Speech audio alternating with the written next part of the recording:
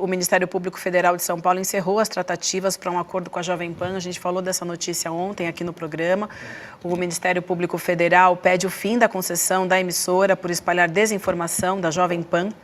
E aí um dos pontos usados pela Procuradoria no argumento tem uma menção ao César. Então conta pra gente, por favor, César. César preso amanhã? Não, né? Pelo amor de Deus. Espero que não. Gente, foi naquela fase, isso foi ainda em novembro de 2022, quando as articulações golpistas estavam muito fortes, né? E eu estava participando dos debates durante a Jovem Pan, e esse é um trecho, por exemplo, que vocês estão lendo aí, que diz o seguinte: considerando a título de exemplo que na Jovem Pan News de 14 de novembro de 2022, foi quando eu participei ali do debate que pegou mais fogo com o Rodrigo Constantino, o comentarista Rodrigo Constantino, na Jovem Pan, afirmou que o presidente da República eleito pelas urnas não seria legítimo, mas sim, abre aspas, fruto de um malabarismo do Supremo, para então chamar agressões verbais sofridas por membros daquela corte nos Estados Unidos no dia anterior de legítimas, também entre aspas, algo que levou outro comentarista, César Calejão, a expressamente indicar que ele estava com essas falas promovendo um estado de caos. Isso consta no documento que o Ministério Público Federal organizou para oferecer a denúncia contra a Jovem Pan. Em várias ocasiões eu tentei alertar que o que eles estavam fazendo ali incitaria o caos, poderia promover algo que seria bastante parecido com o que foi a invasão do Capitólio nos Estados Unidos, e isso de fato acabou acontecendo. O Ministério Público Federal utilizou uma fala que foi feita na própria Jovem Pan para enfatizar que eles de fato estavam cientes e que, portanto, isso foi feito com deliberação. De outubro para cá, ao longo dos últimos 4 meses, houve uma tentativa de se estabelecer um acordo, no qual, sobretudo, o Ministério Público pedia uma multa de 13 milhões de reais, exigia que a Jovem Pan veiculasse algumas inserções durante a sua programação, bastante inserções, não lembro exatamente qual o número, mas muitas inserções, ressaltando a confiabilidade do sistema eleitoral, ressaltando que você não pode utilizar desse tipo de expediente que foi utilizado pela emissora, principalmente pela Jovem Pan News naquela ocasião, para desestabilizar o nosso jogo democrático.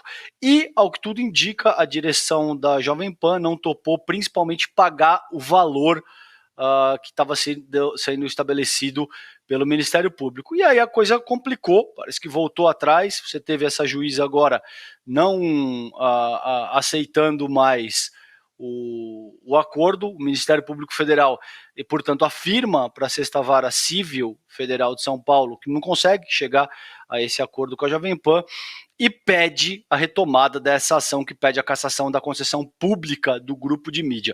Isso não necessariamente inclui a Jovem Pan News, tá? Seria, porque aí é uma TV fechada, não funciona através de concessão pública.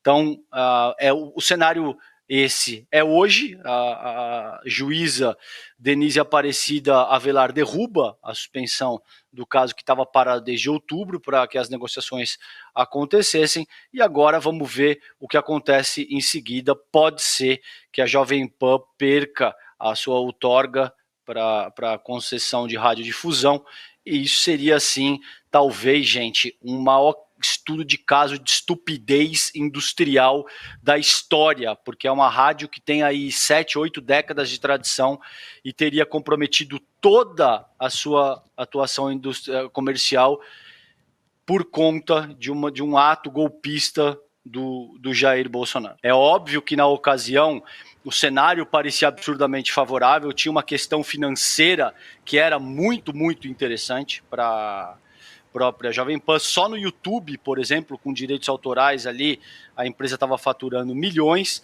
e, ao que tudo indica, naquele momento, o cálculo pragmático deles ia ao encontro de que não, o Bolsonaro vai ficar aí pelo menos mais 4 anos, a gente não vai ter grandes problemas, então a gente pode estimular um golpe de Estado, a revelia da lei, que não existem grandes consequências a serem enfrentadas. Estavam errados. né?